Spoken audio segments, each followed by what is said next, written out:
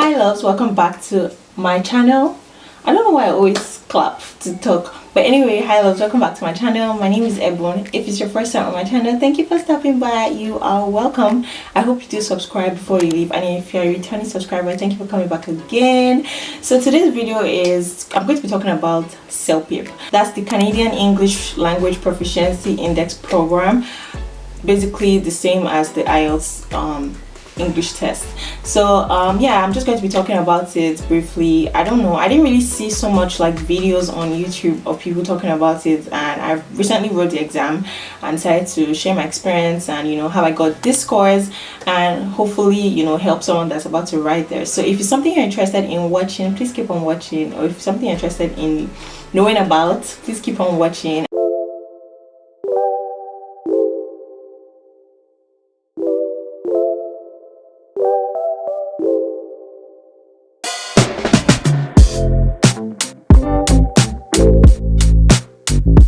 Yeah, so like I said, it's just an English exam, but it's Canadian English Language Proficiency Index program. Like I said, it's the same like you're writing the IELTS program, but there's no academic. Like I know there's IELTS academic and there's IELTS general, but this one there's no academic. It's just general and general LS. The general LS only has the listening and speaking, and I think that's for citizenship or something. Yeah, but it's the same, listening, reading, writing, speaking. Now this exam takes a total of 3 hours, and it's done in one sitting, and it's computer based. Unlike the IELTS, I think it's not all computer based, especially the speaking. I think the speaking as well, for the IELTS, sometimes they even go write it in another center. So the speaking has like human interaction, so you're going to be speaking with somebody, the examiner. But for this, everything from the listening, from the reading, writing, speaking, everything is computer based. They're obviously going to give you like headsets or headphones as well. But even though it's computer based, you cannot write it from your house, so you have to go to like a test center to write it as well. And for the Celpip as well, you can't write this in Nigeria. For my Nigerians that are watching, you can only write the IELTS in Nigeria. For this Celpip, is only available here in Canada, in the UAE, USA, Philippines, Singapore, and India. So those are the only countries where you can write the exam. And to me, actually, it's pretty easy. It's much more easy than the IELTS. Although I didn't write the IELTS exam, but I mean, I practiced for it at some point. I think that was last year, because I thought I was going to write it, but I didn't write it. But this one is relatively easier. I think it's pretty easier, and of course it's more affordable than the IELTS. It costs about $316 Canadian dollars plus taxes as well, like including taxes, that's $316. Without taxes it was like $280. And I know the IELTS is much more expensive, not much more, but is higher than that. And the good thing about this one is you get your results within 4 to 5 days. I got mine within 4 days, whereas the IELTS you had to wait, I think, is it 13 days or 14 days, basically like 2 weeks for you to get your results. So your choice. I'm just going to read, so right now I'm just going to let you guys know the tips or things I think that will be helpful for you if you're planning to write your Celpip exam. So the listening was about 47 to 55 minutes, and there's always a practice task for all of those components. And for the listening, there are 6 parts. That's 6 sections. Listen to problem solving, listen to a daily life conversation, listening for information, listen to a news item, listen to a discussion, listen to viewpoints. For the reading, it's 55 to 60 minutes, basically almost an hour. And there's also a practice task for this as well, but there are 4 parts. There is reading correspondence, reading to apply a diagram, reading for information, and reading for viewpoints. For the writing, there are only 2 parts. It's 53 to 60 minutes, so almost an hour as well. There's writing an email, and there's responding to survey questions. Although you can write, like, even the responding to survey questions, you can answer that in form of an email in quotes. Just depends on how you want to answer that. For the speaking, that's the fastest. The speaking moves by so fast, you guys, like so freaking fast, and it has the most like sections. It's 15 to 20 minutes, but you feel like you spent only 5 minutes. There's also a practice task there as well, and there are 8 parts. The first one is giving advice, talking about your personal experience, describing a scene, making predictions of the scene that you described. There's also comparing and persuading, dealing with a difficult situation, expressing opinions, and describing an unusual situation. So those are the parts, and of course there are unscored items, but you won't know which one is unscored, so just answer everything very well because you will not know. I think they use that for research or something. So right now I'm just going to tell you guys my tips, or well, things that helps me or things you should try and look out for the listening. The first thing to note is that questions will not be repeated, so just try to focus. Once you say the question once, that's it, and try to stay relaxed. Like, even if you don't understand a particular word or a particular phrase that is, just relax yourself. If you're trying to, during, like, when they're, for example, when they're speaking, like when you're listening to whatever they're saying and you didn't get what they said previously, and you're trying to dwell on that, the things they're saying, you'll still not get that because you're trying to focus on what you missed, and perhaps what you even missed might not even like be part of the question. So just get on with it. If you didn't hear something, just keep moving. Basically, just stay relaxed so you can still get the main points and not miss like further information. And another thing I would say is take notes. Yeah, they give a paper and a pen. Of course, you can request more. I think I requested more because me personally, when I'm writing fast, my handwriting is not the greatest. It's not the best. So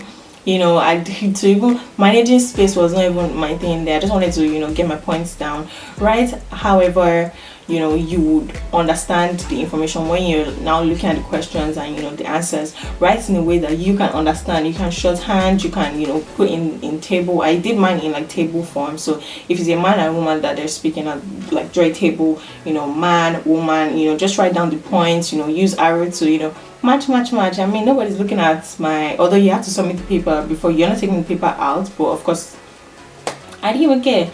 You're only just write the answer. So just make sure you take notes. Or if you have like, is it photographic memory? No, you're not staying. If you have like glue type of memory that you don't need to write notes, you'll get it, by all means. But my dear, write notes if you can. It will really help you. Final thing I'll say about listening is practice like time management. One thing I'll say is on the top right corner there's always time. You see the countdown of the time. For every question, for every section, you see the countdown all the time, and that's really good. At least it can be good and it can be bad. If you're someone that get freaked out if time is running out, just try not to look at it so much, but have an idea, like make a mental note that you have 8 minutes to listen to this, to answer the questions and stuff or whatever it is. So, but if you're someone that looking at time will help you, like, you have to move faster, but don't rush that you will not pick the wrong answer. But yeah, there's always like time countdown at the top right corner, which I felt it was helpful for me. But also practice, practice time. When you're practicing, practice with the actual time. Like if they say, it takes 47 to 50 minutes, practice within that time period as well. That will help you. So now for the reading, try to read like articles, try to read magazines, try to read, even if it's messages on your phone, just try to cultivate the reading habit, just so you're used to like reading stuff or reading passages or reading online articles or notes or things on your phone. If you're reading on your laptop, it will be good for you because when you're taking the exam, you're going to be looking at the laptop screen as well, so the computer screen as well.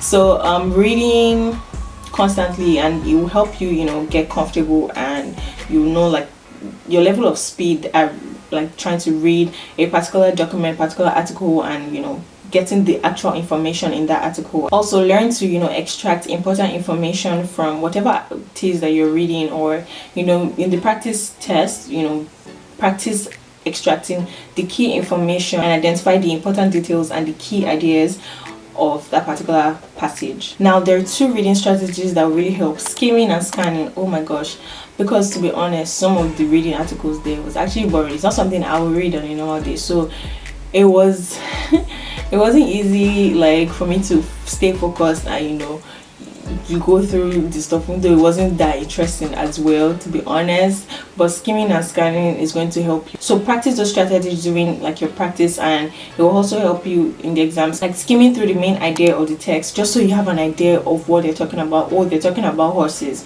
or they're talking about this particular thing, or it's an email, they're talking about a product, just so you have an idea of what exactly it is the text is all about.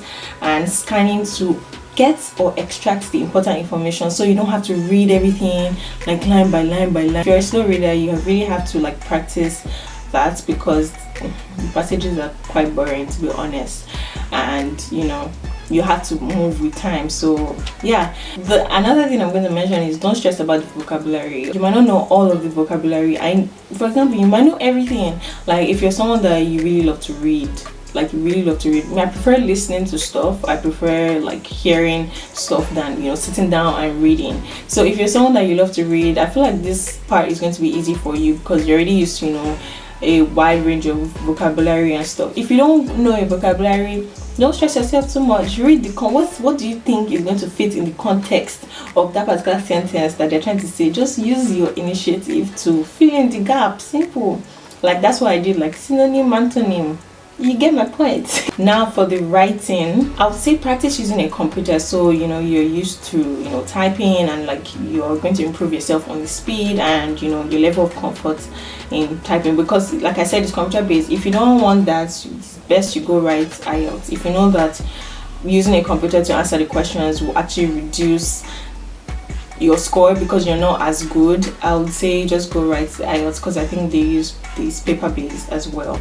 But if you know that you're really good at that, or you'd like to practice more, I'd say write Celpip. So just practice using the Word document on your laptop to type, to write your letters or to respond to surveys. Basically during your practice, it will help with the comfort level and help with your speed as well. Another point I'll make is when you see the question, I think you should, with the notes they provide you, try to jot down your ideas. If they're like, oh, write about complain about the service you received from the restaurant regarding this, try to take like the first 5 minutes to write, okay, this is what you're going to complain about, okay, this is the food you ordered, and also try to be as detailed as possible. You can put in date, you can put in the food you ordered, you can explain in details like the customer service you receive, like things like that. Just make it really, really detailed. And one thing I'll say is, if you actually have a personal experience or something close to that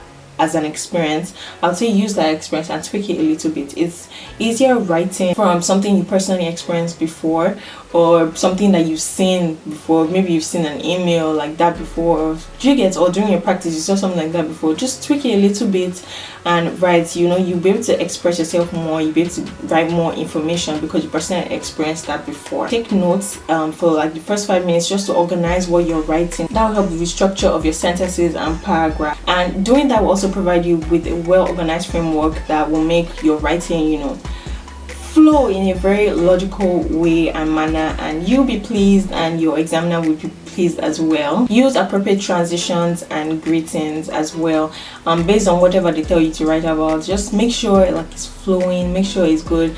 That's why I'll say like practice will help. Set some time aside. If you know that a timetable will work for you, this is where discipline comes in place. If you know that a timetable will work for you, or you're busy, or okay, you want to spend 2 hours with writing, you want to spend 2 hours with listening and all of that stuff, just try to figure it out and dedicate your time to the particular if that, make sure that the time you allot for yourself, you actually follow that through, and that will really help you. Another thing I'll say is use diverse, rich, or natural vocabulary. Don't say because you want to use vocabulary, you can't use a word that doesn't even fit in the context of the sentence. My dear, you're not going to like it yourself. They won't even like it as well. So just make sure you're using natural vocabulary, but instead of saying just a regular word, if there's a more way to say it, do it that way. That's basically what I'm saying. Can I give an example? So for example, instead of saying, oh, I was interested, you can just say I was fascinated. That fascinated is just so instead of saying interested. So that's just stuff I'm talking about. Don't go and use vocabulary that is not equals to what they're asking you to write.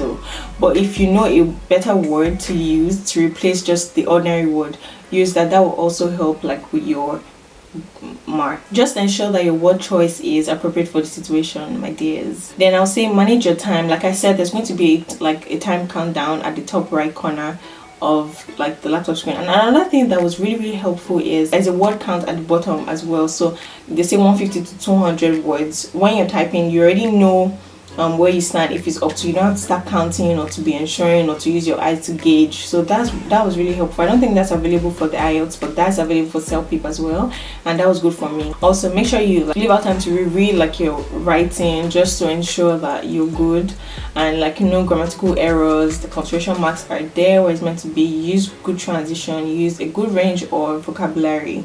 You can always click next, even you don't have to wait for the time to be done, you can always click next. But I made sure that throughout my time in the exam I didn't click that next. I just wanted to take my time. Nobody's rushing me. They said 3 hours is the highest I can spend, so might as well make sure what I'm writing makes sense, or whatever I'm listening to, my reading and everything. So I use the time to the T.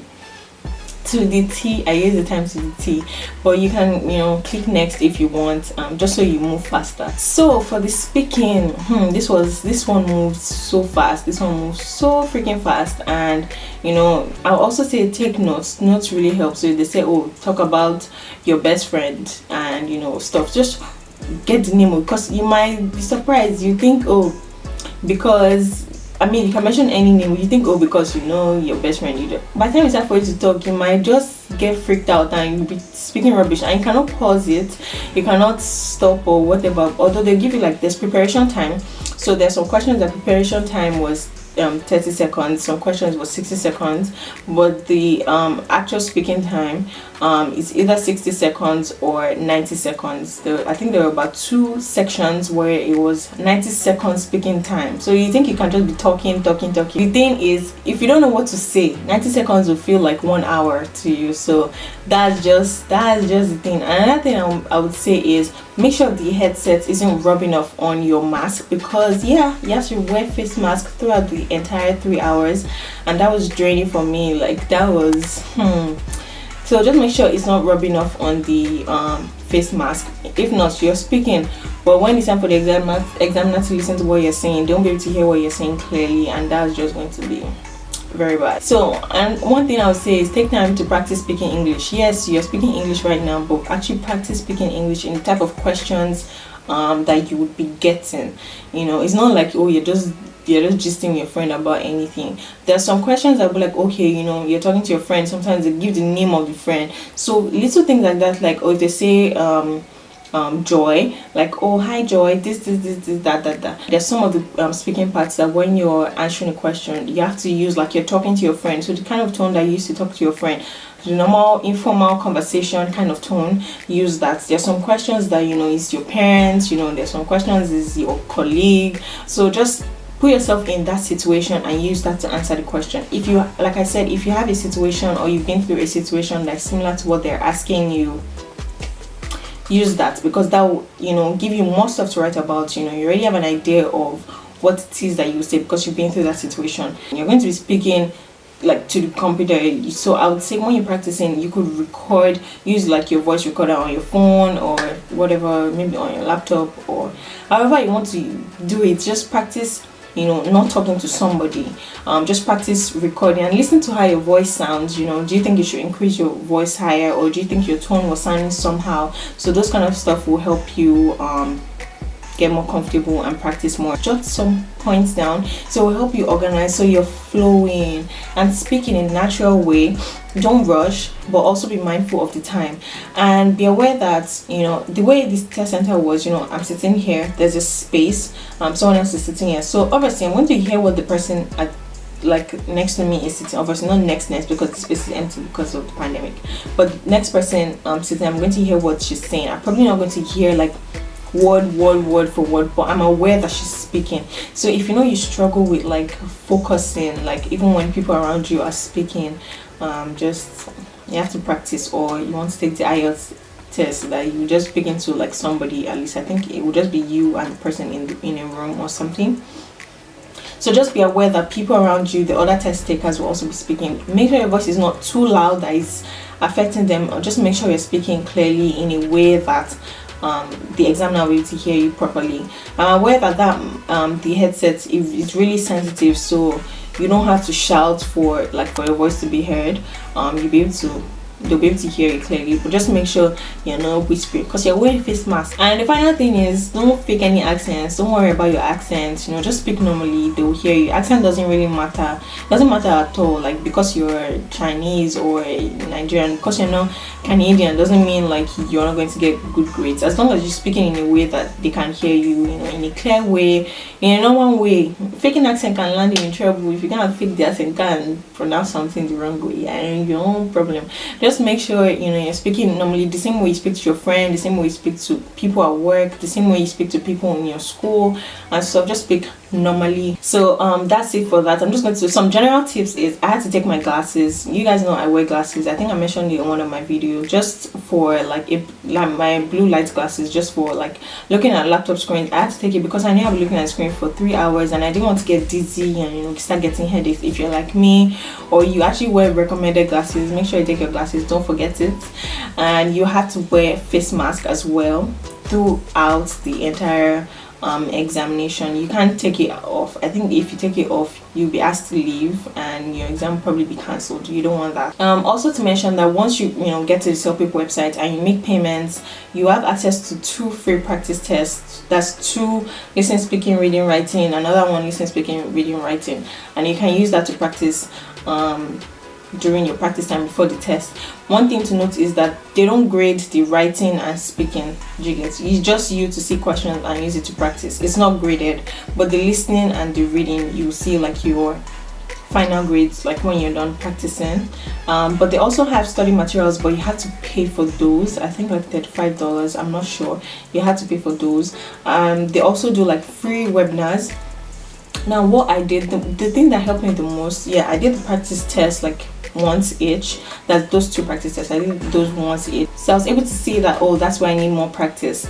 I went on YouTube and it's called celpiptest. I'll put in like on the screen and in the description box below for you guys to see the webinars I saw that really helped me. Like, I was just playing it in the background. I could be like laying in my bed, arranging my room, doing my laundry, doing stuff, just chilling, and I'm just listening. You see a lot of videos on their YouTube page actually, for writing, for speaking, for reading, for listening. They'll tell you tips on how to do. These are actual examiners, people that have actually like marked the Celpip exam previously or still currently. They'll tell you how to approach each question. They'll actually give you like sample answers, analyze previous test takers exams. And so I feel like that's what helped me the most, especially the YouTube, because like I said, I prefer learning by listening instead of just reading. So that's why I said for the practice test I only did those like once each.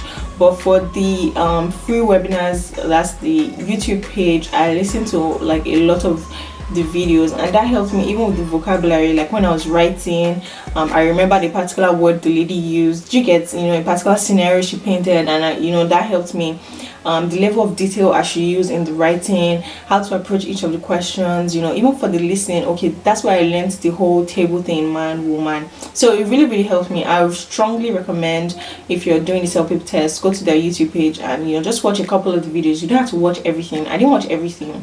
Another thing I would say, of course, get there early, because they do like security checks and you don't want to get there at a certain time. They'll shut the door and you'll be able to come in. Trust me, you don't want to pay $300 something and not be able to write your exam, at least to be able to see your results. So try to get there early. When you're registering, you have to put like, is it passport number or like an ID. So the ID that you use to register, you have to bring that ID, like the actual copy, not scanned copy, not photocopy, the actual copy to the exam hall. So don't forget your passport at home, don't forget whatever ID that you used at home. So I think that's it for this video. I don't really have any other thing to mention. I've been talking for a long time. Please subscribe to my channel if you're not subscribed. Please, it is free. But like, it is free. What if you have to pay? That means I'll never have any subscribers. Please, you guys, please. Okay, my voice is low now. Just subscribe to my channel, like this video, share, leave comments down below. I hope you guys enjoyed this video. Let me know video suggestions as well. Thank you guys for watching this video. I'll see you guys in my next video. Bye. And success if you're writing your Celpip exam or your IELTS exam or whatever exam you're writing. Do your best and leave the rest for God to do. Make sure you put in the work by yourself and then God will do the best. I hope this video was actually very helpful. But thank you guys for watching. Bye.